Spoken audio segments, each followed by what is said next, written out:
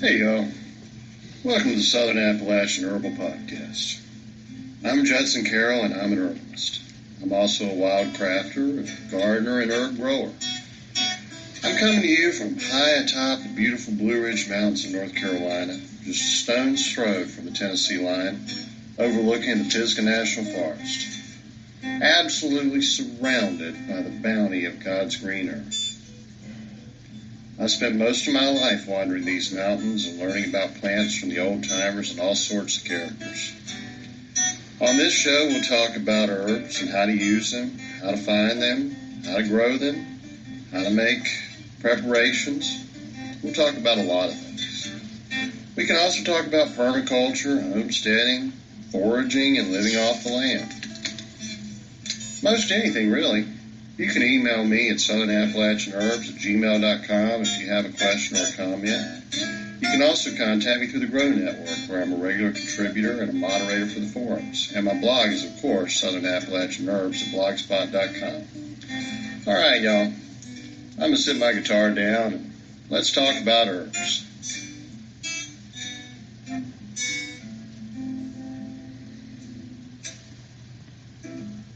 Hey, y'all. Welcome to this week's show.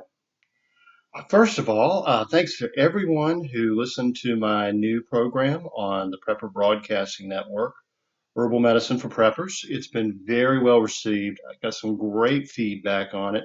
Some of the listeners have already started sending in questions. I'm starting to get an idea of what people want to know, and I'm enjoying it. I think it's very fun. It's going to be a regular feature. I believe it's going to come out either every Monday or every Tuesday at noon. That was the last I heard.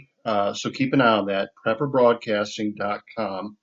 And it's just a little 15-minute show, so it's a little bit you can listen to and learn a little something and just, bite-sized chunks. It's kind of fun that way. So let's get into this week's herbs. So last week I discussed the artichoke, and I made clear that I really like herbs that are also edible. I really like herbs we can eat.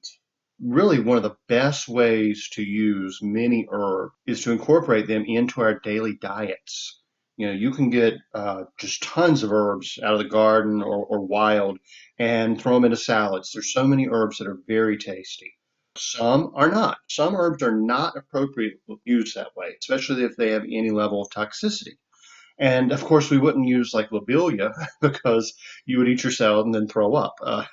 Lobelia is a strongly emetic herb. Herbs that you might use in a salad, of course, things like mint. Anything that's tasty in the mint family is going to be really good. Any of your culinary herbs that you're growing in the garden, the savory, and maybe a little sage, marjoram is nice. A lot of edible flowers like nasturtium blossoms are very good. Roses, of course, and roses have a lot of medicinal value. So does nasturtium, by the way. We'll get into that another day. Nasturtium is a good antiviral. It's got some good properties. Daylily blossoms are nice. Red clover blossoms are a really nice choice. I don't eat a lot of red clover. It has a slight estrogenic quality, and I don't want much estrogen in my system. I'm more of a testosterone guy. But they're very tasty on a salad, nice and fresh and sweet, and they have a nice scent. And of course, dandelions, the dandelion blossoms. You can make a salad just out of dandelion greens, which is absolutely delicious. Along with dandelions, I would say like your sorrels. Sorrels are very good. They taste like spinach with lemon juice on it, just naturally. Docks are a little tougher. Some sorrels are a little tougher. And if you had tough dandelion greens or chicory greens or anything like that you were going to use, you can always just throw those in a pan with a little bit of bacon fat, wilt them down, and have a hot salad with a little vinegar on top, crumbled bacon, some onions, and everything good that way. But there's so many options. I don't want you to have to think about herbal medicine always in terms of teas and tinctures and oils and poultices and compresses and all that. We can really incorporate so many of these herbs into our diets. In my last book, Herb Gardening, for preppers, homesteaders, and everyone else, I have a whole chapter on culinary herbs, and I mean dozens of medicinal culinary herbs that folks really just don't even think about that very much anymore.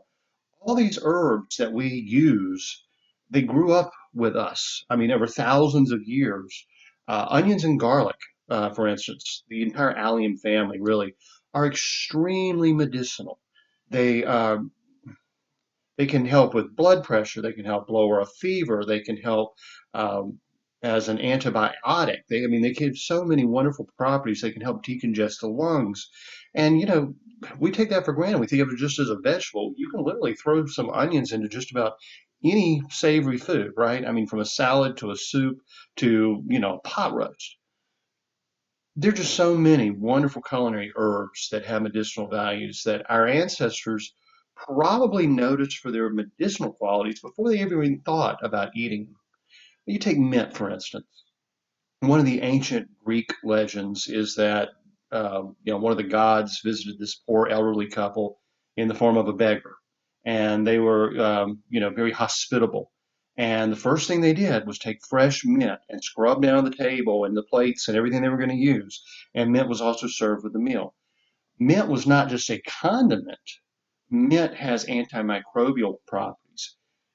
If you had some, maybe a little iffy water, I mean, you should always drink clean water. But if you weren't quite sure about that water source, according to Thomas J. Elpel of Botany in a Day, he recommends, and I've heard several herbalists and outdoorsmen recommend this, and I believe it's true. I do it myself.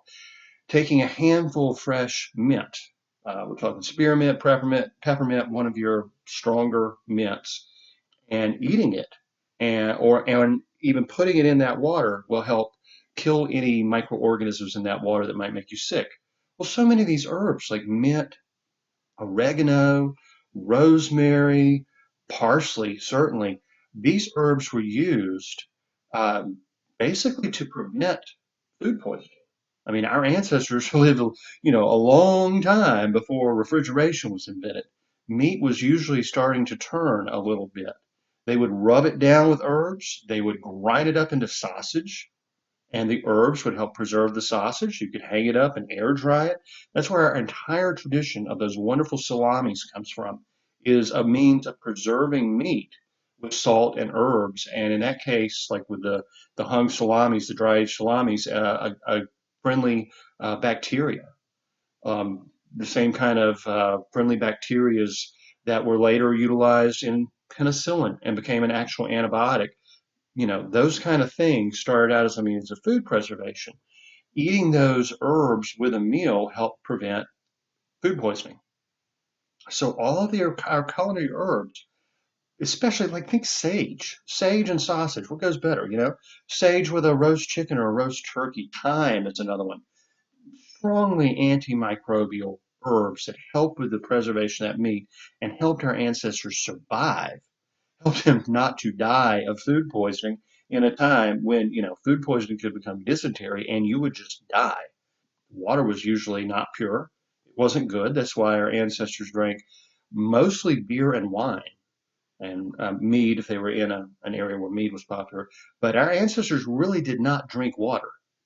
The entire invention of tea was taking some of those herbs and putting it in water to kill the bad stuff in there. They didn't have a concept of germ theory.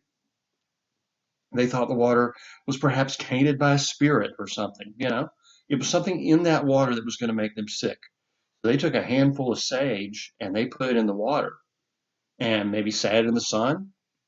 Eventually, there was a pot they could boil water in, but originally they probably took a handful of wormwood. They probably saw how wormwood would repel insects. It was used a lot in purification ceremonies and getting rid of the germs in the air or what they considered, bad humors in the air. Well, they took that wormwood and put it in water, and what they made was an infusion or tea that made the water safe to drink. I mean, that's why hops was put in beer. It was first recommended by St. Hildegard von Bingen as a means to preserve and bitter the beer. And that leads us to our topic for today. It is an herb we don't use enough of in modern cooking that was considered absolutely essential to our ancestors just a few decades ago. One of the things I could do was collect old cookbooks. And some of these cookbooks are, early American cookbooks, like the Virginia Housewife by Mary Randolph. That was the first cookbook published in America, written by an American. She was related by marriage to Thomas Jefferson. Oh, I have a similar one from Charleston, South Carolina, written by a daughter of one of the signers of the Declaration of Independence. They're various ones, and all of them use a lot of bay leaves. Bay leaves were considered absolutely essential on the table for our ancestors, really up through, I would say, about the 1950s. And then things kind of changed. For some reason, they fell out of favor. But one of the properties of bay is that it helps repel insects. It helps repel roaches and such. So that's another herb that our ancestors probably saw as repelling vermin. We can put it that way. And they thought, well, if it drives away dirty things, if I cook with it, it may help me not to get sick. And it became an essential flavoring agent. My heritage is about a third, almost half, French. And bay is one of the essential herbs in French cooking. It would be almost unthinkable to make a good broth of, beef or chicken without using, well, onions, bay, and a few cloves. That's a very traditional French flavor combination. You actually take that onion, it's really cool the way they do it. They make slices in the onion, and in that slice, they stick in a bay leaf. And then they take the cloves, which clove actually means nail in Latin, and they use it like a nail. They push it through the onion to secure the bay leaf in place. And then that goes into the pot with your beef broth, and it's really delicious. And the other herb that's almost always used is thyme. And as I've told you before, thyme it's an excellent lung herb to start with. It's very expectorant. Thyme has antibiotic properties. It has the essential oil thymol, so from that soup recipe, that is the heart of, say, French onion soup or a pot au feu or any just, traditional French soup. It starts out with onion, which is antibiotic, bay, which is antibiotic, antiseptic, both of them are. Clove, which is antispasmodic and has, I believe, some antimicrobial properties. But cloves are actually very useful for digestion. They can help with indigestion or diarrhea. They help stop the spasming. And then you put in thyme, which is antibiotic, antimicrobial, antiseptic. That pot of soup is actually very good herbal medicine, as well as being absolutely delicious. You let that thing simmer for a while, and you've got, a base of, I don't even know how many hundreds of soups you can make out of that with different additions of different vegetables, different meats. And that's really the foundation of most French sauces. You either have those that are made with stock or broth, or with cream or milk or eggs. That covers 95% of classical French sauces. So if you were to pick up another of my favorite old cookbooks from, I guess, around the 1820s, 1850s, Auguste Escoffier wrote the absolute manual of French cooking. And I mean, just to put you in context for you, he has like 700 egg recipes in there. He has like 300, I think, 350 sauce recipes. I mean, it's incredible. It's an absolute encyclopedia of high-end French cooking and a lot of home cooking as well. Really highly recommend it if you want a really good French cookbook. And then you're going to want the companion volume, Le Guide Culinaire, written by his students, kind of making his work more accessible. And trust me, you're not going to regret it. But there are no shortcuts in Escoffier's cooking. I mean, when you start to make a stock, you're taking pounds of bones, chopped, cracked, broken in half, roasted in the oven. All your vegetable scraps and trimmings roasted in the oven so everything's nice and brown. In a pot, you're going to take maybe about three types of meat, a little fatty meat, a little pork, a little beef. Brown it up real well in that pot. Put those bones in there. Put all those vegetable scraps in there that are now brown from the onion. I mean, brown from the oven. You can do that onion thing, I just mentioned with the bay leaf and all, and you literally put that on a low boil for like I think 17 hours. I mean, it's like 12 hours, and then you do something else. I mean, this is just to make stock. Like I said, there are no shortcuts in Escoffier's cooking.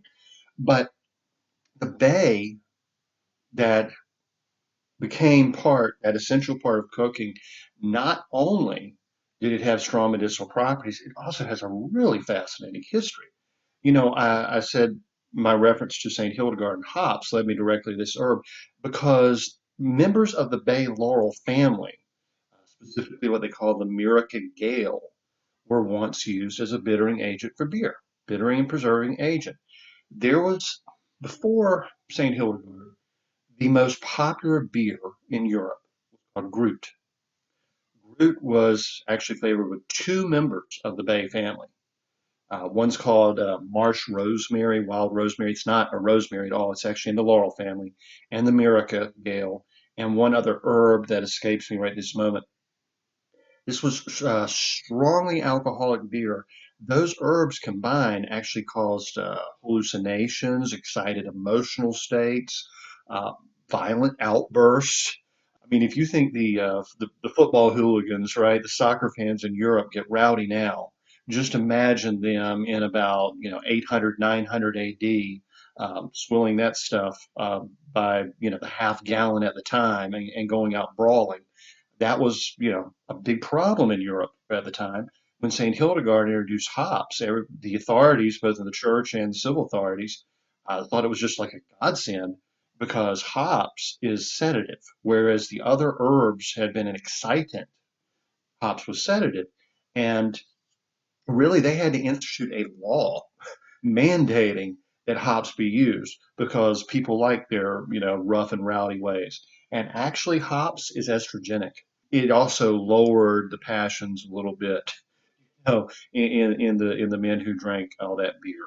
So that tells you the story of the Groot beer, but actually, the Bay Laurel goes back far, far beyond that. It was called Daphne in ancient Greece, and it's an herb of legend.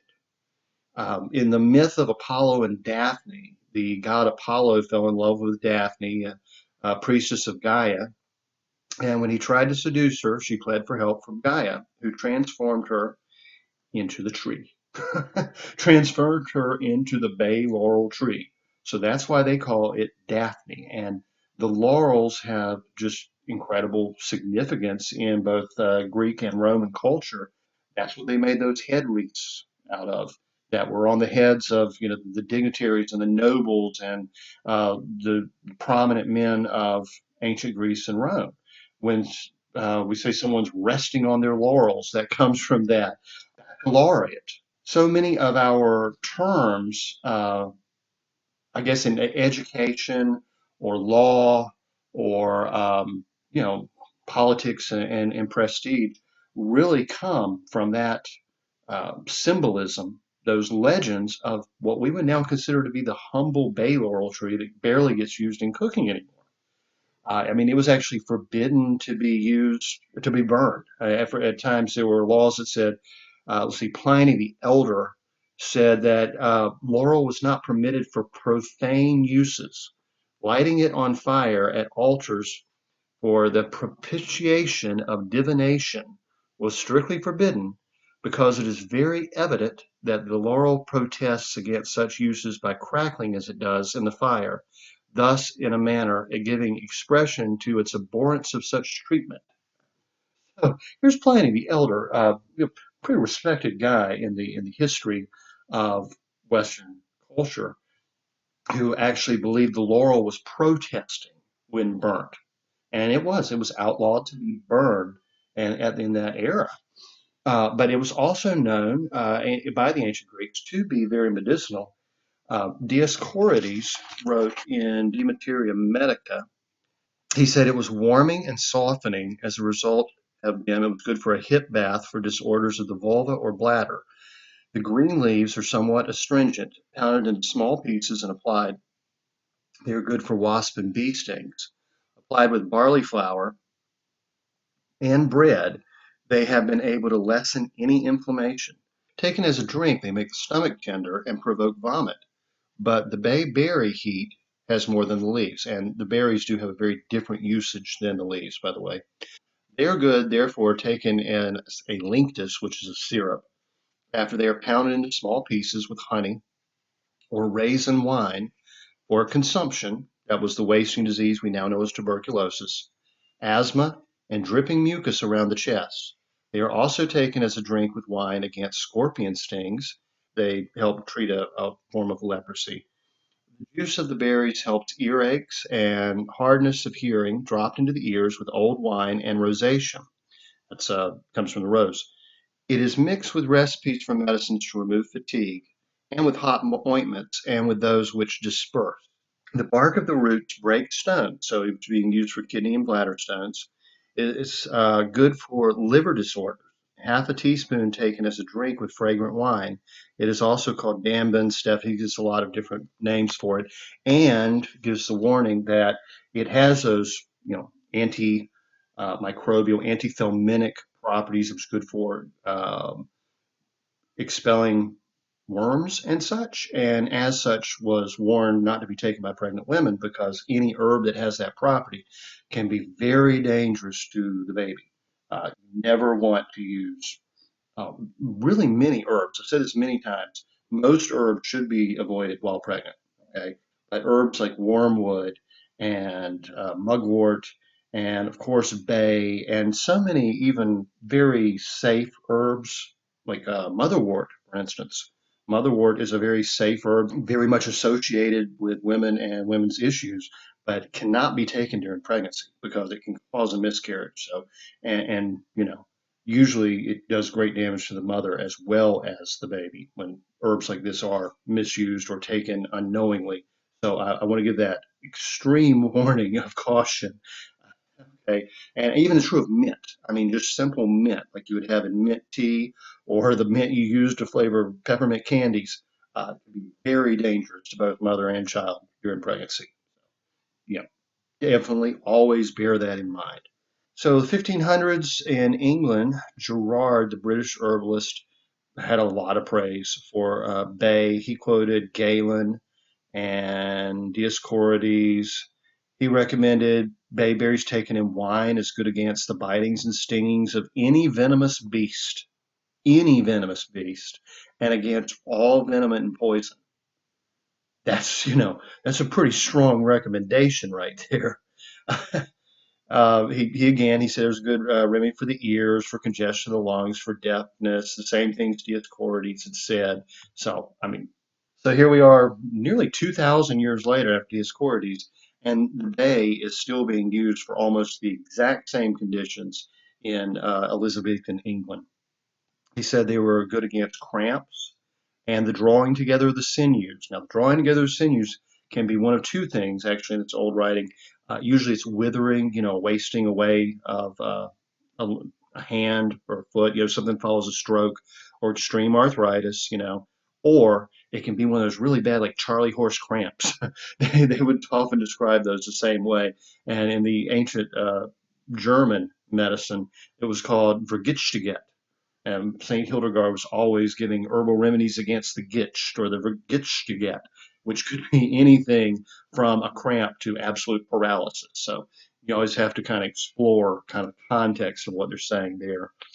He says, and this is again the 1500s, we in our time do not use the berries for the infirmities of the lungs or chest, but minister them against the disease of the stomach, liver, spleen, and bladder.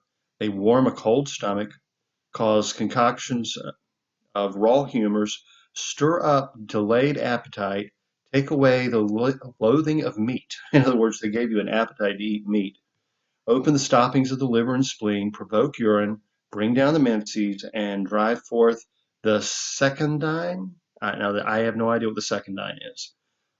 I'm sorry, I don't know everything. I try. I always say what I think is the most important quality, especially in an herbalist, is to talk about what you know and admit to what you don't know. I'm not some all-knowing guru. I never want to present myself that way in any way. It's like Hank Williams, the great country musician, said, "Your audience will forgive you anything as long as you're authentic." So I'm not going to lie to you. I'm always going to be authentic, and I have no idea what secondine is. The oil pressed out of these and drawn forth by decoction doth in a short time take away scabs and such like filthed skin. Now you got to remember, this was 1500s and England was a filthy, nasty place. Did not bathe. People had a lot of skin diseases. So he was talking about really infected sores on the skin or fungal conditions and such as that. It cureth them that are beaten black and blue. So that was what Dioscorides was referring to as dispersing. Remember when I said Dioscorides, he said it was good for dispersing? Gerard explains that the berry specifically was good for getting rid of bruises and helping to reduce swelling, to move the blood, and help heal contusions, essentially. And he really goes on in depth. He's got another 5 or 6 points. He also, interestingly, recommended the herb used for drunkards. Um, Said if they ate it in the morning would help prevent drunkenness and increase appetite. So that's another very good use. And the leaf, which I use, the smell of it certainly increases my appetite. The taste of it does. I think it's an absolutely delicious herb. And interestingly, he said that later physicians, he was talking to physicians in his time, would boil the leaves of laurel with diverse meats, especially fishes. And by doing so, there happeneth no desire of vomiting, but the meat seasoned herewith will become more savory and be better for the stomach. So now we see how a medicinal, almost well, essentially sacred herb to the Greeks becomes a culinary herb because it provoked appetite, it made food taste better, and it prevented food poisoning. What more can you ask for, right? So he also said it was very good for dropsy, which is edema, fluid retention, and jaundice, and very good for bringing on delayed menses, essentially. Culpeper, which was maybe 100 years later, he was an interesting character, as I've told you many times. But he focused on the hot nature of the plant and said it was an herb of the sun under the celestial sign of Saturn. Now that means absolutely nothing to me as an herbalist, but to him that was very important, and that was a large component of how he decided how herbs should be used. That we might call British folk wisdom that borders somewhat on the superstitious and astrology and all that, he combined with his formal knowledge as an apothecary. He actually trained an apprentice to be a pharmacist of the day, an apothecary, and scandalized the Western world by taking all those books that were written in Latin and translating them into English so that the common man had access to medicine again. That was very important to him, and pretty much made him the enemy of any men of letters, any men of position. He was not very well thought of in London, and that's for sure. He ended up taking part in a revolution and being shot and dying at a very young age, probably because he was really on the outs with everybody, to tell you the truth. But he was definitely a champion of the common man. He said again that the berries are very effectual against the poison of venomous creatures, the stings of wasps and bees, and also against pestilence and other infectious diseases. He says they likewise procure women's courses. That means bring on menstruation. He said they were good for rheumatism, running eyes, nose, other parts of the body made combined with honey. And he's recommended for consumptions, coughs, shortness of breath, congestion, a lot of lung ailments, in opposition to what Gerard had said 100 years earlier. And, we'll just kind of catch up, skip forward a few hundred years to America.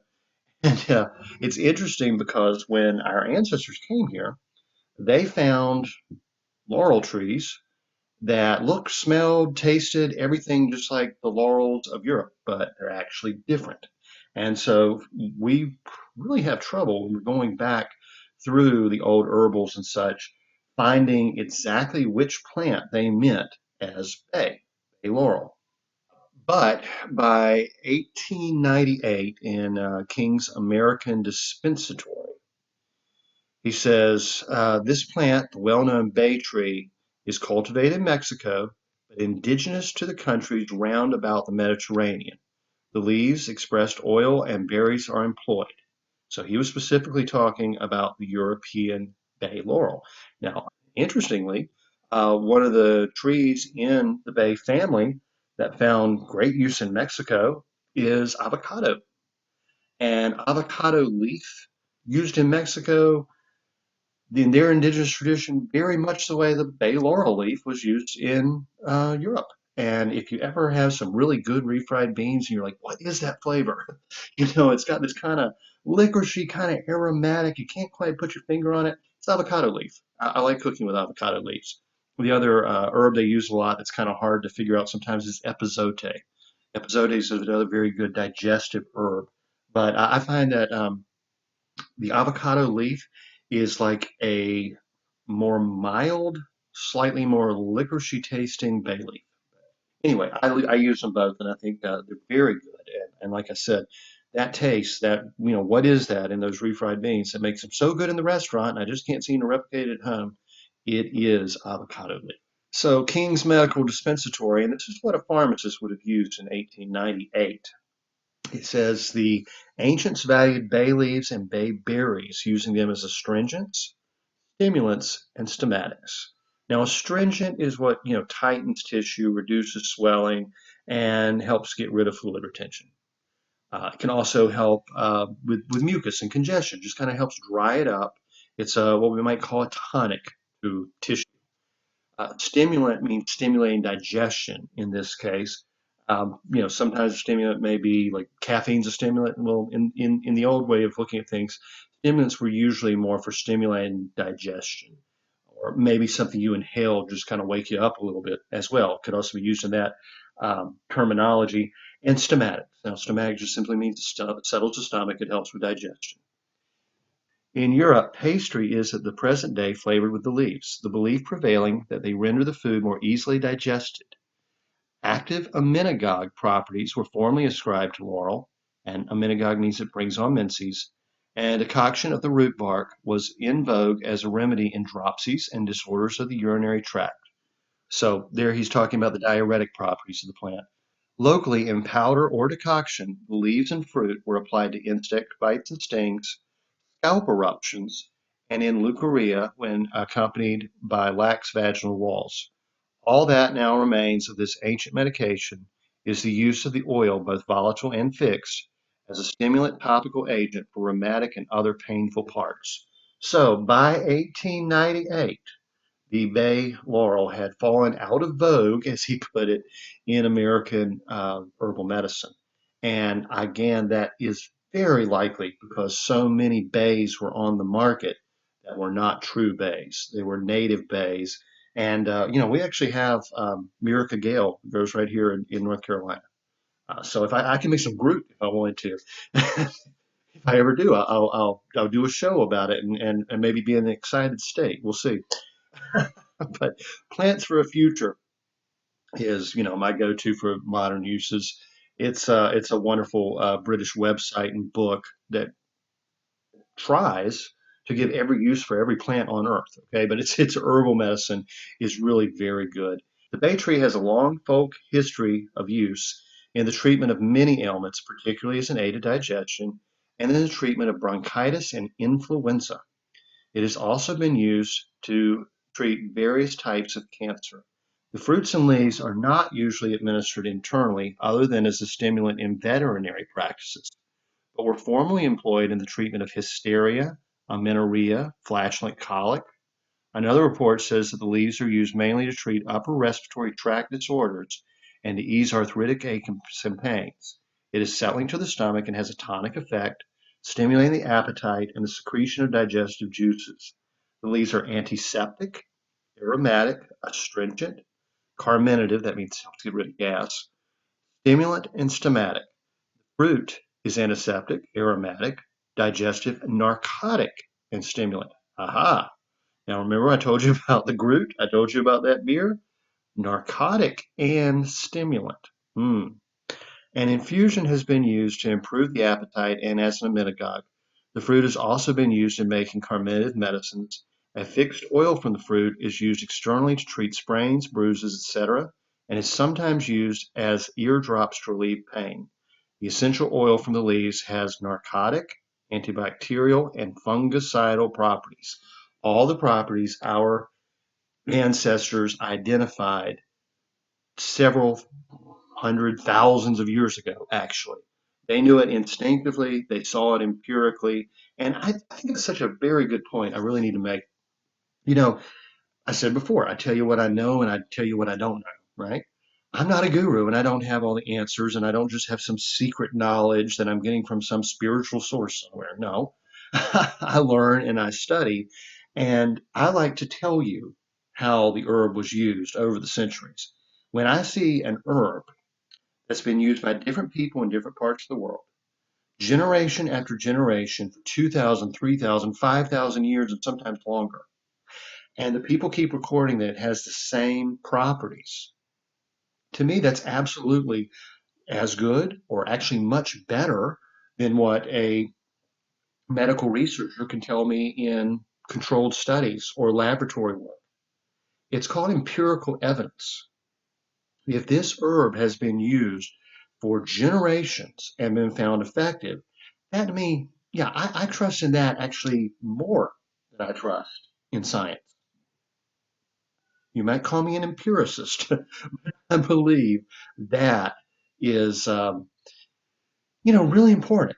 I don't like it when someone just says this herb is good for this and this is what it's used for and gives no source. They give no reference. I get even more upset when they said this was an herb used by Hippocrates for such and such, and I go pull down my volume of the Hippocratic works and I go through it, and Hippocrates never mentioned that herb.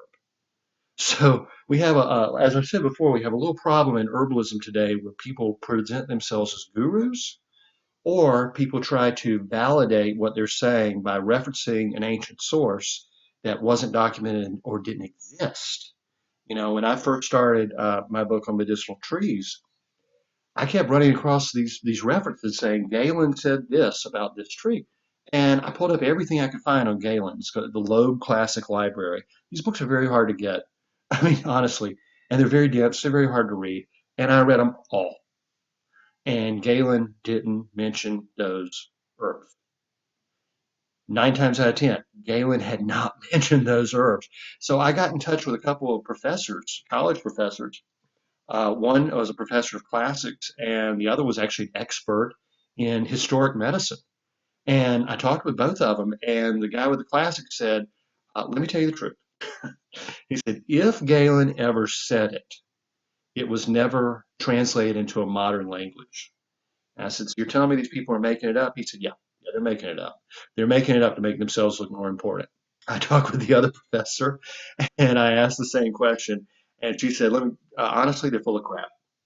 That's what she said. She said so much of what is written, referencing historical figures and referencing historical practices, is often tainted by politics or personal ego. And she said just basically they are full of crap. And here are some good sources that you can use, and you can see what historic medical practices were going back through the Middle Ages, all the way back to ancient Greece and Egypt. And I was very grateful, of course, and I poured through those, and they've really been a foundation of a lot of my work since. So I'm always going to tell you the truth, even if it doesn't make me look all knowing, even if it doesn't make me look incredibly wise. If this is what I'm telling you, well, it's what I believe to be true. Even though in my disclaimer, I say, don't believe anything I say because I don't want the legal liability of someone running off and taking something out of context. But I do my best to tell you the truth. And that's why I give you all these sources of history. But back to the culinary herb that we call bay leaf today. It's now down to two varieties. So unlike our ancestors of 100 years ago, we don't have 5 different products on the market called bay leaf. It is the Turkish or Mediterranean bay leaf and the California bay leaf. The Turkish variety is the most common and has a more subtle flavor compared to the California bay leaves. The California bay leaves are a little more potent and have a slight minty taste. Now, I actually like that slight minty taste. I like both the Turkish or Mediterranean bay leaf and the California bay leaf. That minty taste of California bay leaf to me is a little bit closer to the avocado leaf that I talked about earlier. So, I may use them. I don't use them really interchangeably. I use them to suit the dish. And, what does bay taste like? Well, uh, it's kind of hard to say because bay is actually subtle. It gives a depth to the flavor and has aromatic qualities that enhance the flavor. So you don't put a bunch of bay leaves into a dish to taste bay. You add one or two and you cook with it and then you pull them out. And your flavor just has a little more brightness. It enhances, just like I told you before, celery leaf does, it enhances other flavors, especially other herbs and spices. And it has that, what we now call umami, which comes from Japan. It's how we describe the other taste, the savory taste of brown meat, of mushrooms, of earthy type flavors. It has a little bit of that earthiness to it. It adds depth. That's really about the best I could say, and it should always be thought of as more of a supporting actor than the main role. So now you can really see why bay was once considered an essential medicine. And, when Americans first got here, it was considered an essential seasoning. And they were absolutely thrilled to find so many plants that would substitute for bay laurel. One of the most prominent is sassafras. After fir, sassafras was America's first export to Europe. It was our first plant export, and it was wildly popular. People loved sassafras tea, and in Louisiana, people learned they could take that sassafras leaf and pound it up and make gumbo filet to flavor and thicken gumbo or really any kind of soup. You usually add it at the table, and it has a very subtle bay leaf type flavor, and it thickens. It thickens like okra. It's really nice. It's actually the only legal sassafras product still on the market after some pretty ridiculous government studies tried to say it causes cancer. Another one that was very popular was Labrador tea. Labrador tea was one of probably the two most popular substitutes for regular black tea, which comes from the camellia, that was stopped being imported into America during the Revolutionary War. Labrador tea and New Jersey tea. Labrador tea is actually in the rhododendron family. Most plants in the rhododendron or azalea family or laurel family, this is actually laurel, they are poisonous. So several of the plants that began to be used as bay leaf, as substitutes for bay, actually had toxicity in large amounts. And I think that's probably why they fell out of favor in American cooking. After just say 1870 to 1900, I mean, probably earlier than that, you just don't see a whole lot of use of bay. And it's probably because we've had about a century, a little more than a century, of other things being on the market called bay. So the good news is we now have two specific varieties. You can feel very safe in using that bay culinarily. If you want those berries, you're going to have to find a tree in the wild or grow it yourself. Bay is a warm weather tree. It likes a climate that is not where I live in the mountains. And like I said, we do have plenty of it actually that grows on the coast and around the coastal swamps. Really somewhat common. Many times I was out in swamps in the woods and I'd brush against, a bush and I'd get this scent of bay. It's very nice, very nice. And of course, we have plenty of sassafras in the mountains. So if I need an easy substitute, I could grab that. But honestly, the ethnic food section of my local grocery store, it's a food line. They have a little Mexican spice section and they have bay leaf, 1 ounce bags of whole bay leaf for like 50 cents or 99 cents. So it's a really easy, inexpensive herb you can start adding to your food and get those benefits over time in subtle ways, which is always the best way to take herbs long term. You'll get the most health value using herbs that way. And by the way, that Mexican herb and spice section is fantastic. Thyme, a great herb for the lungs. You can get a whole ounce of thyme for like 99 cents. I mean, they even have saffron, the most expensive thing on earth. Saffron is worth more than gold. I mean, I guess there's some rare earth minerals that are more expensive now, but the most expensive plant product, saffron is worth more per weight than most illegal drugs. They even have saffron for just a few bucks for a small amount. So anyway, be sure to check that out. It's a good resource for finding fresh because they're being used culinary. These are nice fresh herbs, very inexpensive, fresh, cheap, and good. I think the brand name is Badia. I'm not 100% sure about that. You can get whole nutmegs. You can get all kinds of good stuff. I really like the ethnic food section in any grocery store I go into. So y'all have a wonderful week. Please remember, buy my books. I have 6 books published so far. The most recent is Growing Your Survival Herb Garden for Preppers, Homesteaders, and Everyone Else. I also have Herbal Medicine for Preppers, Homesteaders, and Permaculture People, a whole book on bitter herbs, in which actually the Bay Laurel was included. On medicinal uses of trees. I mean, I got books. You can find my books for sale on Amazon.com in paperback, or you can order the PDF directly from me, Judson at judsoncarroll.com. Remember to sign up for my Substack newsletter. That's judsoncarroll.com, Judson Carroll Master Herbalist. And don't forget the new show, which is Herbal Medicine for Preppers on Prepper Broadcasting Network. Y'all have an absolutely wonderful week. Enjoy your food. As Hippocrates said, let food be your medicine and medicine be thy food. Have a good one. I'll see you next time. The information in this podcast is not intended to diagnose or treat any disease or condition. Nothing I say or write has been evaluated or approved by the FDA. I'm not a doctor. The U.S. government does not recognize the practice of herbal medicine, and there is no governing body regulating herbalists. Therefore, I'm really just a guy who studies herbs. I'm not offering any advice. I won't even claim that anything I write or say is accurate or true. I can tell you what herbs have been traditionally used for. I can tell you my own experience and if I believe an herb has helped me. I cannot nor would I tell you to do the same. If you use an herb anyone recommends, you are treating yourself. You take full responsibility for your health. Humans are individuals and no two are identical. What works for me may not work for you. You may have an allergy, a sensitivity, an underlying condition that no one else even shares and you don't even know about. Be careful with your health. By continuing to listen to my podcast or read my blog, you agree to be responsible for yourself, do your own research, make your own choices, and not to blame me for anything ever.